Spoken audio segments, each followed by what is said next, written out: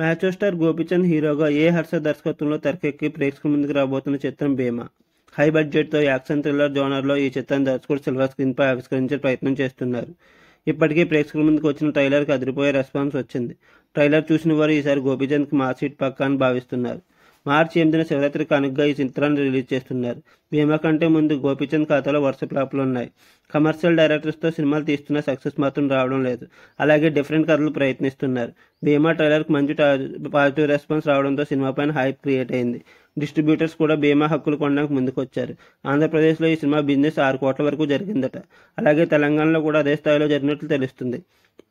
మొత్తం తెలుగు రాష్ట్రాల్లో 12 కోట్ల బిజినెస్ అయిందట. వరల్డ్ వైడ్గా 14 కోట్ల మేరకు ప్రీ రిలీజ్ బిజినెస్ చేసినట్లు టాక్. ఇక ఈ movie digital streaming హక్కులన్నీ Disney plus Hotstar సొంతం చేసుకుంది. శాటిలైట్ రైట్స్ స్టార్మా డీసెంట్ రేట్స్కే దక్కించుకుందని తెలుస్తుంది. ఈ మూవీకి 15 కోట్ల బ్రేక్ ఈవెన్ టార్గెట్తో థియేటర్స్లోకి వస్తుంది. మూవీకి పాజిటివ్ టాక్ ఉంది కాబట్టి ఖచ్చితంగా భారీ ఓపెనింగ్స్ రావచ్చని భావిస్తున్నారు. ఈ సినిమాకి ఏమాత్రం పాజిటివ్ టాక్ వచ్చినా కూడా 2-3 రోజుల్లోనే ఈ సినిమా బ్రేక్ ఈవెన్ కలెక్షన్స్ అందుకునే ఛాన్స్ ఉంది.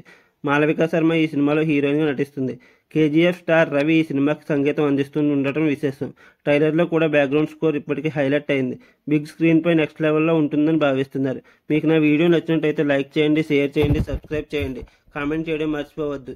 వీడియో చివరి వరకు చూడడానికి ప్రయత్నించండి. Thank you.